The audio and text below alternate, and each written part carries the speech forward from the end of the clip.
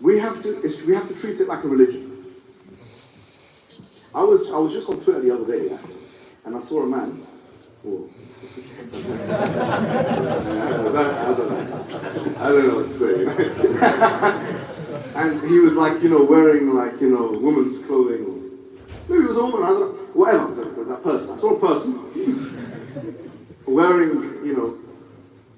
and it was saying, it was meant for kids, yeah? He's saying, there's all kinds of genders nowadays. There's man, there's woman, there's this, cis, this, boom, boom, boom, boom. It was so confusing, even for me. I was thinking, how is a child going to know this? This is going to be a difficult one to market to a 10-year-old, yeah? But the thing is, I was thinking, wow, 100 years from now, when the historians get their hands on this information, and the anthropologists, which are people who look at civilization and stuff, yeah? What are they going to say? Do you know what I think they're going to call this? Western mythology. You know what myth is? Like fictions and stories. And when you have a Korean man, a white man, yeah? There's a video of a white man on YouTube. I'm not talking about it somewhere. He comes out and he says, I am a Korean. He says, I am a Korean. And he was being so forceful about it. I identify as a Korean man, blah, blah, blah, blah, blah. Imagine now you're a historian in the year 2100, and you see this information. There's a white Caucasian man saying that he identifies as a Korean man, which is a different ethnicity, a different race, a different set of genetics, which is basically is against the reality that we see. It's against the scientific reality. How are they going to classify such a thing? It has to be classified as myth.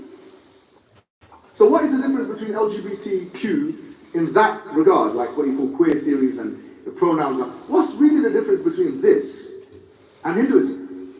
Where they have like, Ganesh and, the god with 8 arms and all of that kind of thing.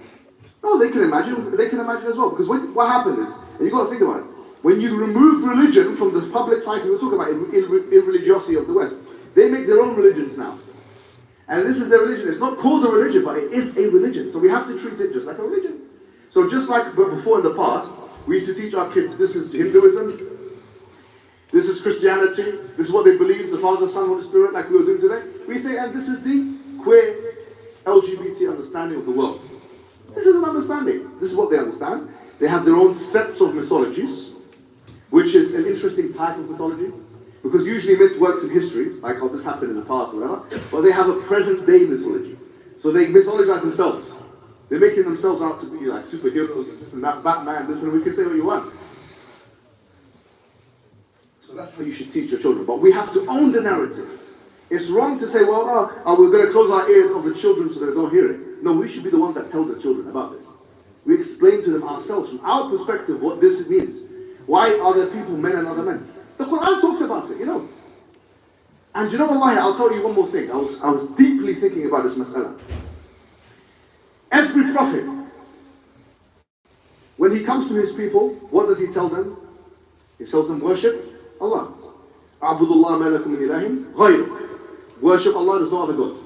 Do you know there's only one prophet in the whole Quran? The whole Quran, that he went to their people, he didn't say this? He didn't start off by saying this. You know who it was? Luton alayhi salam. I was thinking about it. Why does it? Because وَإِلَى مَدْيَنَ أَخَاهُمْ شُعَيْبًا. Shu'aib came to his people. قَالَ اعْبُدُوا اللَّهَ مَا لَكُم مِّنْ إِلَٰهٍ غَيْرُهُ. وإلى this Hud أخاهم صالحا. قَالَ اعْبُدُوا اللَّهَ مَا لَكُم مِّنْ إِلَٰهٍ غَيْرُهُ. The Salih and this and Shu'aib and all of them come and say the same thing. مَا لَكُم مِّنْ إِلَٰهٍ غَيْرُهُ. Worship on God. But Lut, he didn't say that. Because the thing is with homosexuality as a disposition, it's so powerful that unless you deconstruct it, Tawheed cannot enter the hearts of the people. There's two things that take people away from Islam.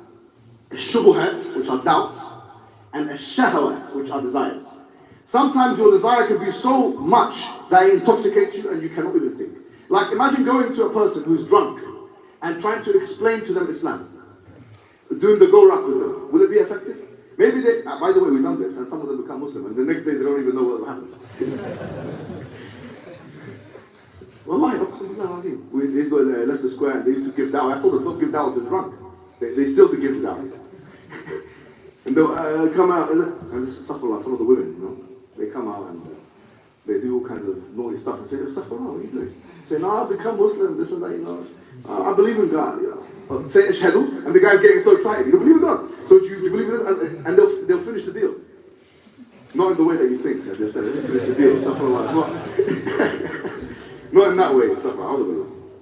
No, in the way that, yeah. But what I'm saying is, so likewise, someone who has strong shahwat, which could be in the form of homosexuality, could even be in the form of heterosexuality, anything. But you need to calm that guy down first. You need to deconstruct what they believe. You've got to get them back to a state of normality, and then you give da'wah to them. Yes, yeah, desires calm it down a bit. So we have to explain to our youth, from our perspective, why this is false, like anything else. We have to explain to them why it's false. And you can look at my videos online with homosexuals, how I discuss with them, and it's been very successful. Watch it and see how I do it, because obviously I'm not going to explain it right now. But in a nutshell, the approach should be that we ourselves, in messages like these, we teach, we have a madda, we have a module, we have Quran, we have tajweed, we have usul, we have fiqh, and we have LGBT studies. And we're not doing it so we can please the prevent or whoever it is. We're doing it because we want our own narrative of that study to be there. If we don't teach it, you know what they're doing now with the Muslim, with Islam? In every university they have like Islamic Studies Society. And you see a zindiq there, kafir, telling them about how Islam is wrong, basically. Okay, if they can do, we can do. We have to own the narrative rather than running away from it. That's what I think we should do, inshallah.